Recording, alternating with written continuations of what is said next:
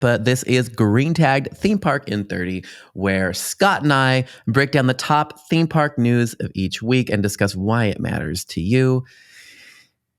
And you know what? And this more actually, week, why it matters to us. yes, That's really what it or is. we really just argue or have questions, or I don't know, or Exactly. sometimes we just use it as a time to puzzle out some things, which is what I'm going to start off with, because Scream Break, I really want to get Scott's perspective on this because I have questions and I hope Scott has answers. I'll try. So Scream Break is back at Six Flags Magic Mountain, happening Fridays and Saturdays now through April 13th.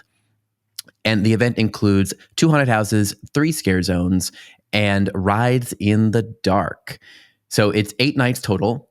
And this is the second year of the event happening at Six Flags Magic Mountain. Basically, it is $40 per person per night plus parking, unless you are an annual pass holder. If you're an annual pass holder, what you do is you show up, you go to the guest services window where you can get the wristband for entry. Supposedly, there's a cap on those. So I don't know. We don't know what the cap is, or really if there is a cap or not. But the event officially runs from 9 p.m. to midnight. However, one of the scare zones slash DJ area opens at 7:30, and it's like a holding pen. So what happens is people beginning at 7:30 can go into that Demon's Row area, and it's basically a holding pen where they wait until 9 p.m. and the rest of the stuff opens. So it helps them with their phased closing of the park, because they shove all the event people into that area and hold them there while they're emptying the rest of the park. And that area has one of the 2 haunted houses, Condemned House Party, the same one as last year. So essentially you can get there at 7:30, go in, and you can get one of the haunted houses done and then hang out, and then by 9 get access to the rest of the other scare zones and the other maze, which this year is Saw. So Condemned House Party and Saw are the 2 mazes. I thought overall, I think the event was less than last year. I mean, they cut one of I guess they merged. They used to have a DJ in the full throttle area, but they moved that over to being in that little holding pen area. So basically, they advertise it as 3 scare zones and 2 DJs, but really the DJs are part of the scare zones. So, it's not really, they're kind of combined together.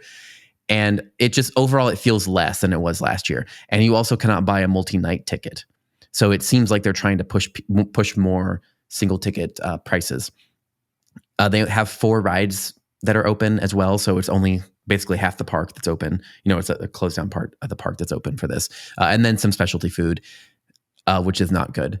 And overall less food items. So I'm just trying to figure out what's going on with this, Scott, because I'm just, that's why I want your answers, because I'm just a little confused about I understand, I think I understand them dropping the multi-night ticket as a way to encourage more day tickets at the $40 price point plus the parking, but it's free for pass holders. So for a limited number of pass holders, supposedly, right? But we don't know. I mean, I haven't heard any reports of them turning pass holders away. Because they don't advertise how many, they can always expand or contract based on how many tickets they sell. So they always have a way to, in essence, seat fill. So what are they trying to accomplish with this? What are they trying to accomplish with this event? It seems like overall they've pulled the event back and to a smaller footprint. It's only 3 hours long unless you're there early and sitting in a pen, but they've reduced the food and beverage upsell options. The upsells always have long lines, so they're not able to handle all of what are they trying to accomplish with this, especially when part of me feels like, I guess my feeling is, if you pay for it without a pass, so you're paying, I did the math with our group, we would have spent $75 per person for the ticket plus the parking plus 1 meal if we had split everything equally. And that's carpooling. So it is not worth that. It's not worth that price point per person. However, because my friends were annual pass holders with the meal plan, which the meal plan still works during Scream Break, it didn't cost anything. So I don't understand. Part of me is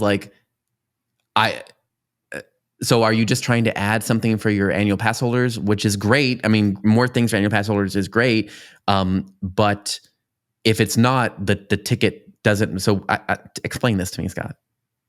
Well, it's like I said, it's been a while since I've been in the operation side of a theme park, but all of this really makes an awful lot of sense to me. Number one, it is because it's a 3-hour event. Mm-hmm. I mean, it's not assuming that you don't get there early and you don't go to the park during the day. It's a 3-hour event. So it sounds to me what they're trying to do is, first and foremost, they are trying to make the season pass more valuable so that they can continue to sell season passes. Yep. I mean, that's what seasonal events in general do, is gives people more things that make their season pass worth money. And season passes are great because you get all the money up front and you don't have to wait for them to come, multiple times, et cetera, et cetera, et cetera. So that would be my first thought. My second thought is because they're selling the tickets at $40, what is the regular day rate for the park? Do you know? I will look it up. Keep going. But because what'll happen is when you start breaking it down by hour, you realize you're actually paying even more usually for a short nighttime event than you would be for the entire park during the day.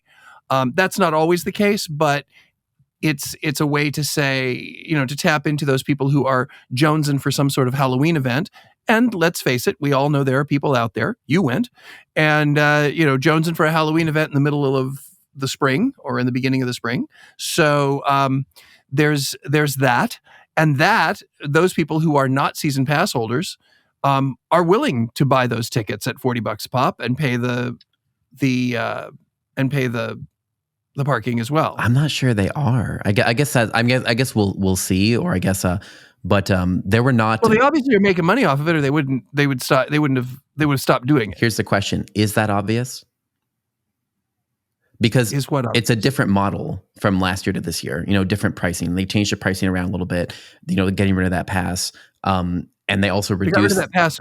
And they also reduce the amount of offerings and move things around to a smaller footprint. So it looks less to me like it was not profitable last year. And so they are trying to shift it and edge it into profitability.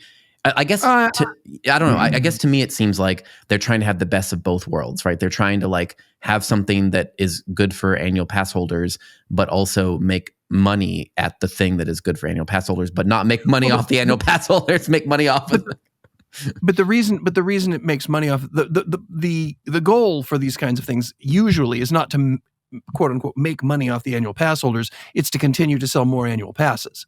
So there's a difference. Yeah.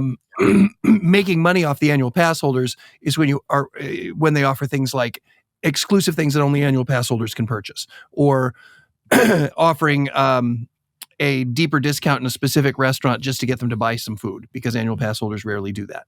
Yeah. Generally speaking. Well, they can use their dining plan during the event, so they don't need to. Yeah. So it's not that. But my guess is they recognized they had a proof of concept. They recognized this is something that's valuable, and now they're starting to value engineer it so that it becomes even more profitable. As we've all said, most events usually break even the first year. They very rarely are, stupidly profitable the first year. Yeah. Even if they sell out, which is, because you've got so much capital investment. But again, from what you've told me, this is not really capital investment. This is just reuse of assets. Well, that's exactly what I was going to say. So they don't. It's capital investment light. Really, they left up the Saw maze from Halloween and the Condemned House Party. They did reskin it, as in they went in and decorated it to be a house party. But it seems like the biggest expense is the makeup and the labor. I mean, it's the labor. Yeah. So, and that's why they're trying to condense things. That's why they now have DJs integrated as part of the scare zones. It's not really changing what they're offering. It's just putting it in a different place, which can help reduce labor minimally, but still help reduce labor.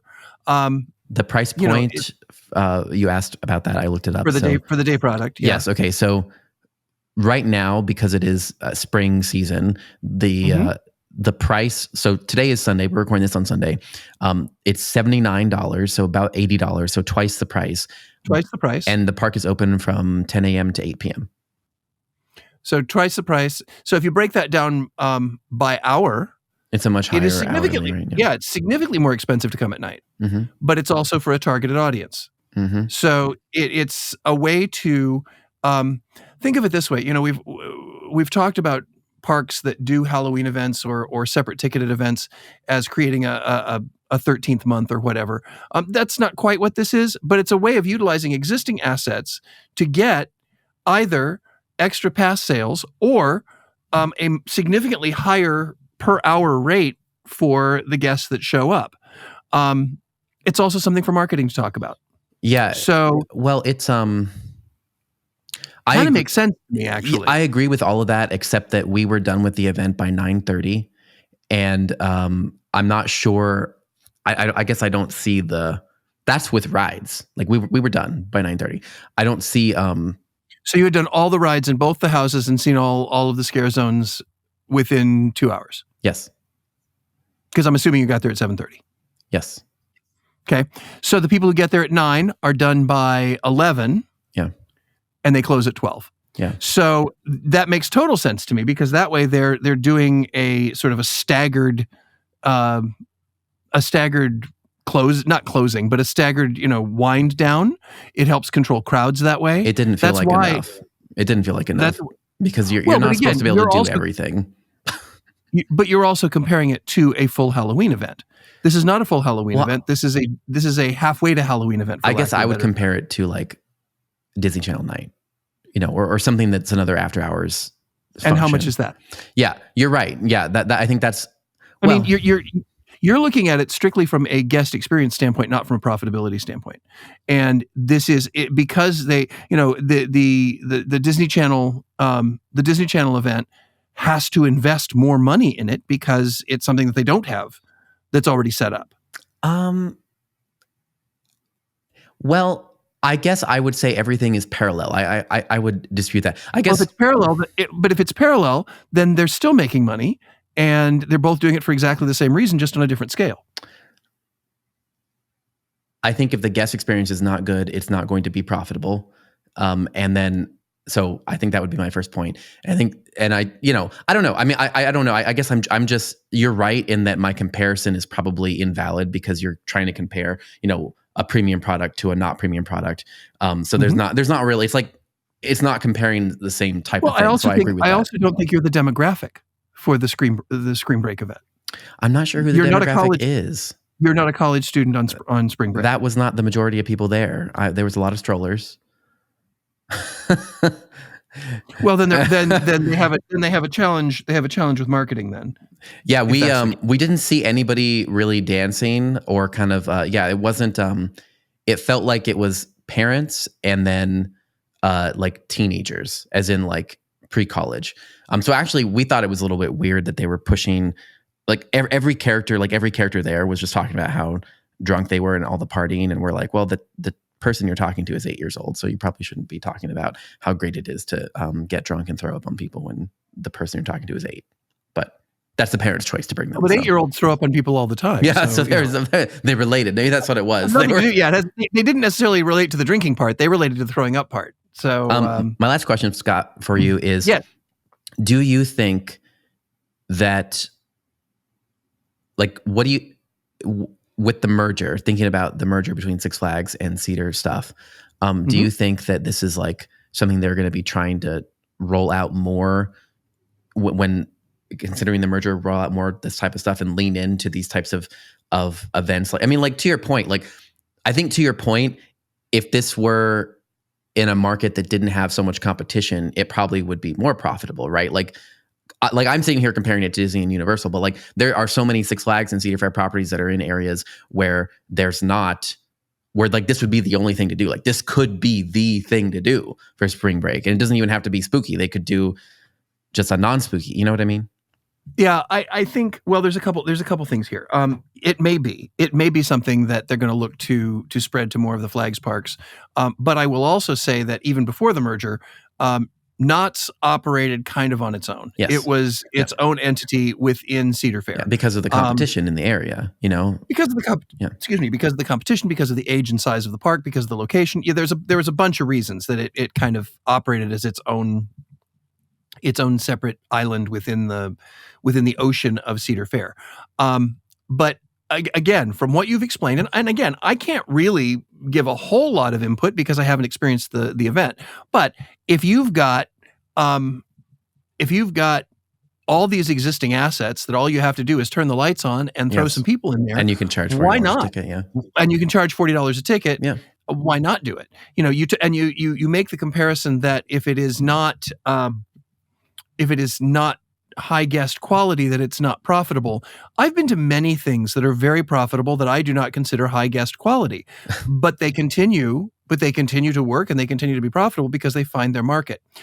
It sounds like there's a great deal of brand confusion as to what this is and who should be there. Yeah. So that would be the first thing that I would look at. If I were them, that would be the first thing I would look at is why are there all these strollers here? Because it's 9 to 12, number one, and number two. If we were in Saudi, for example, that's when everybody comes out. That's lunchtime. 9 p.m. is lunchtime. So that would make total sense there. And I saw that. I saw strollers at 2 a.m. at Boulevard City in Riyadh. So that makes total sense there. And maybe California is that way as well. I don't know. But to me, it seems like their biggest challenge is they're not sure who they're marketing to. And but again, they're still doing it. Yeah. It doesn't cost them that much. So the profit margin must still work for them. We'll see in year 3. We'll see if they come back in year 3. When you were saying that, the only thing I thought of was the Willy Wonka thing. Oh God! Which by the way, this is not a story. I just wanted to mention it because I thought it was hilarious. Someone is making a movie about the whole Willy Wonka fiasco, and I am here for it. So IPs have now shifted from films to games to content creators, now to memes. We will now have a meme-based theme park. It'll be a meme park, so to speak. Hey, you know what? Let's go. Hey, I'm ready. If somebody does it, hire me. I'll help write it. That's good. I don't know. Okay. Crazy.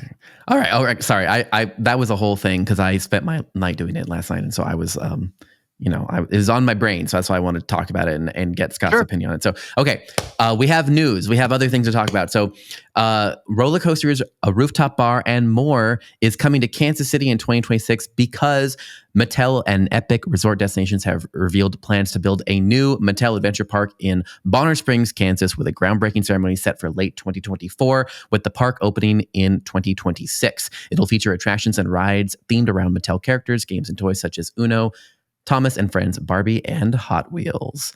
And this is the second park. This is the second. Yeah. So here's the thing. I'm sorry. Yes. No. I'm sorry. Like I'm sorry. No. Go away. Get away. Like don't.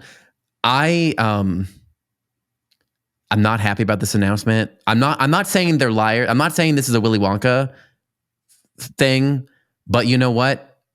I want to see the park open first. We have no idea how this execution is working. We don't know. To our point, we talk about it every time. Execution.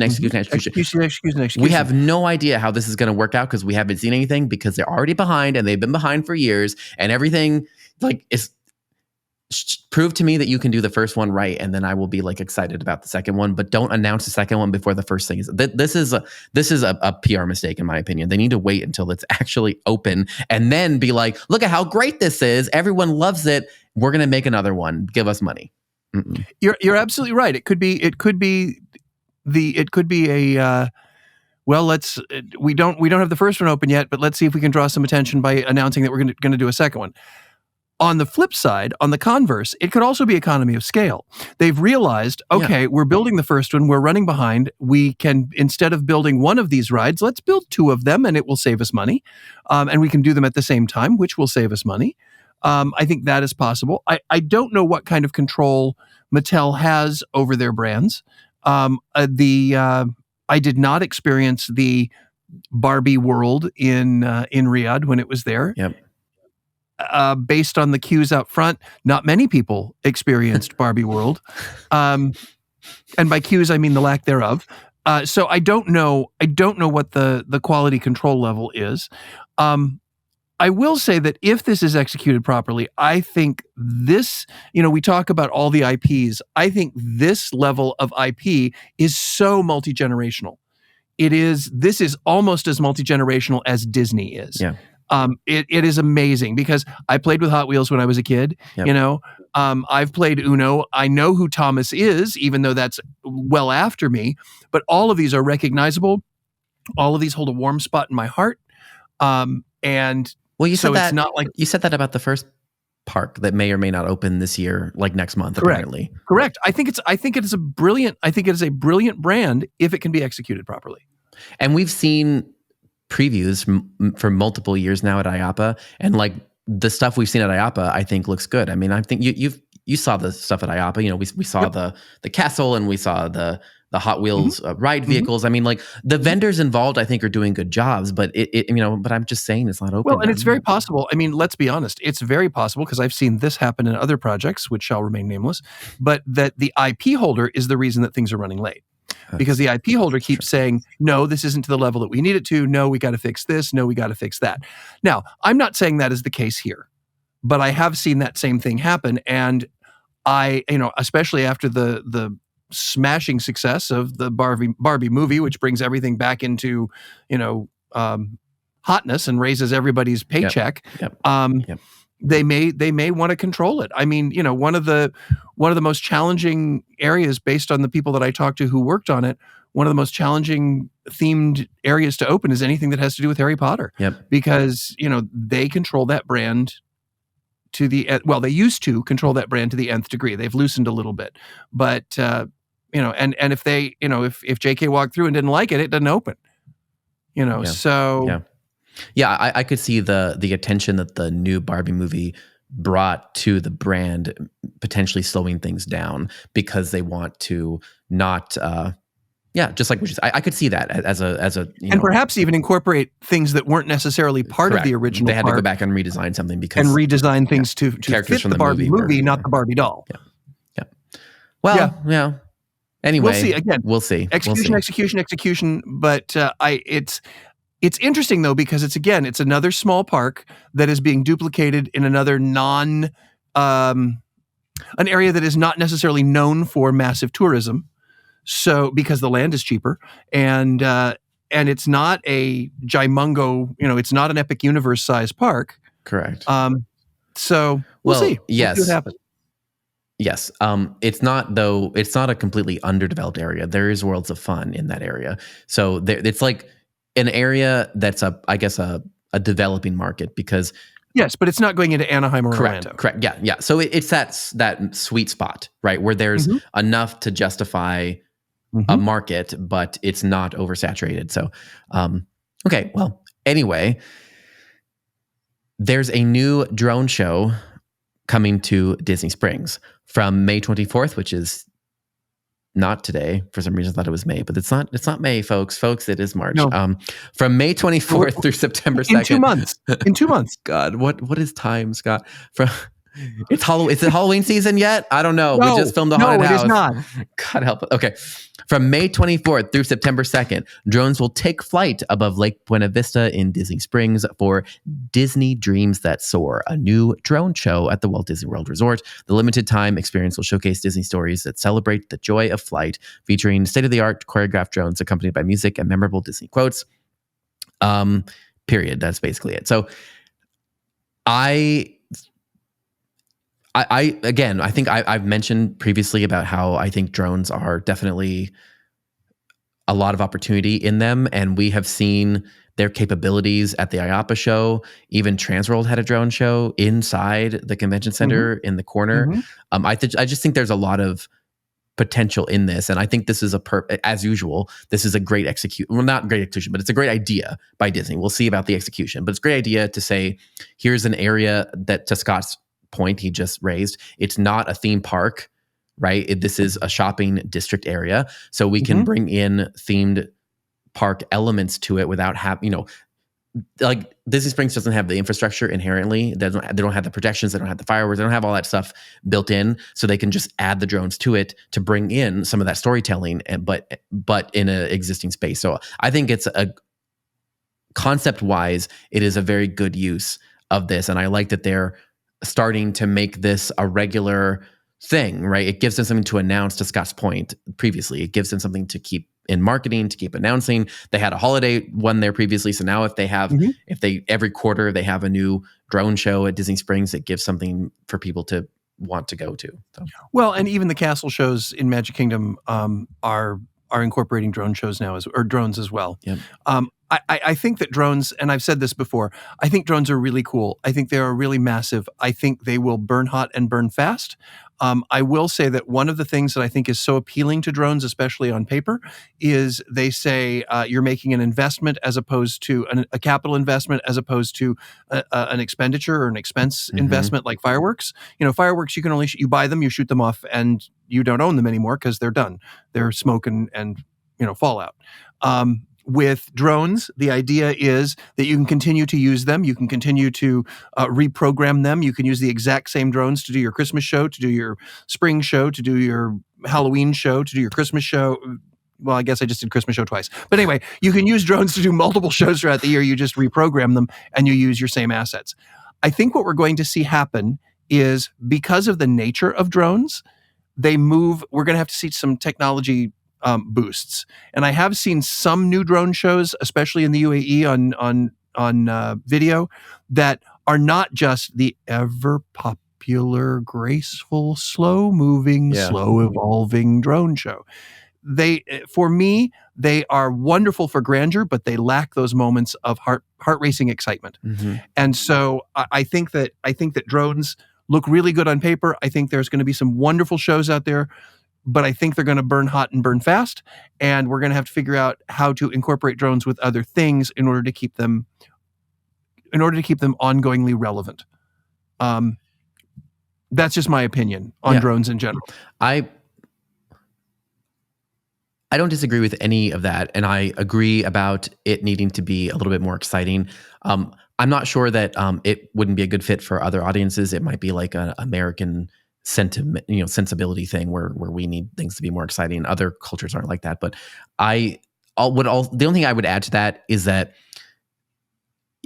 technology, I think, to me, the drone issue is a software issue. It's not a hardware issue, because drones are, even my drone can go much faster than I can pilot it, and has definitely crashed into a few of my neighbors' objects. So I think it's more of a software. You heard it here first, folks. Yeah, all of Philip's neighbors. That broken window? That was Philip's drone. I think it's more like it's more a software issue. It's just like so many hurdles that we have right now are software hurdles, and the software hurdles are going to be improved considerably with the advancement of AI, because that's going to be able to help us to be program software faster. That would be my only thing. I think the software is increasing exponentially, and that's going to help with the drone compatibility. You mentioned the drone show at IAPA Expo last year, and even a even a record-breaking drone show, because at the time it was the most drones flown in any single show, blah blah blah blah blah, which by the way has been broken already.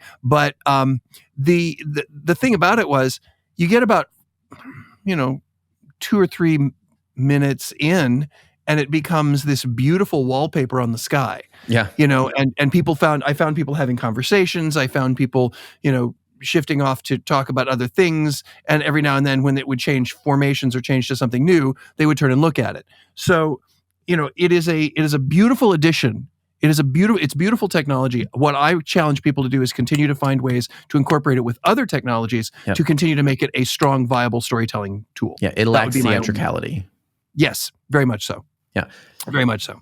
But speaking of theatricality. Yes, I was going to say our last story is there's a Phantom of the Opera VR coaster coming to Europa-Park, apparently. That's it. That's the story.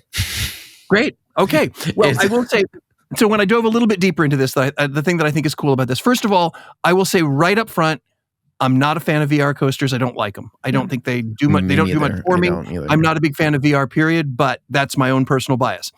That said, the thing that I think is very clever about this is when you read this story, and I know that Philip will include the links, when you read this story, I want you to read all the way to the bottom where you see that this coaster actually occupies the same space as another coaster, which is the Can-Can coaster, which is inspired by Moulin Rouge. So basically what they're doing is they're turning a single coaster into 2 completely different attractions. Now, the 2 attractions do board in different locations, so I'm sure there's some ride logistics that are rather impressive. things that I certainly don't understand.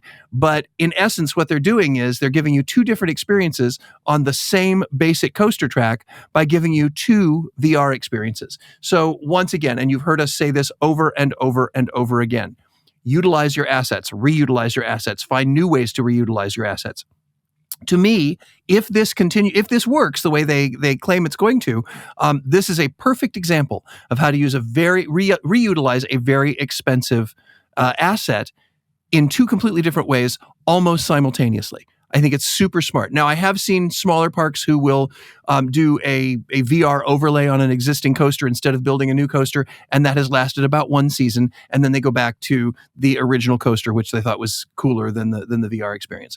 It also depends on the quality of the video in the VR. Some of the stuff I've seen looks really, really, really, really computer generated, and not in a good way. So again, quality is the issue, but I think the concept is really smart. Speaking of a smart concept, just like Green Tagged being here every week, we also call ourselves Theme Park in 30, and our concept is to stop after 30 minutes. Guess what? Time to stop.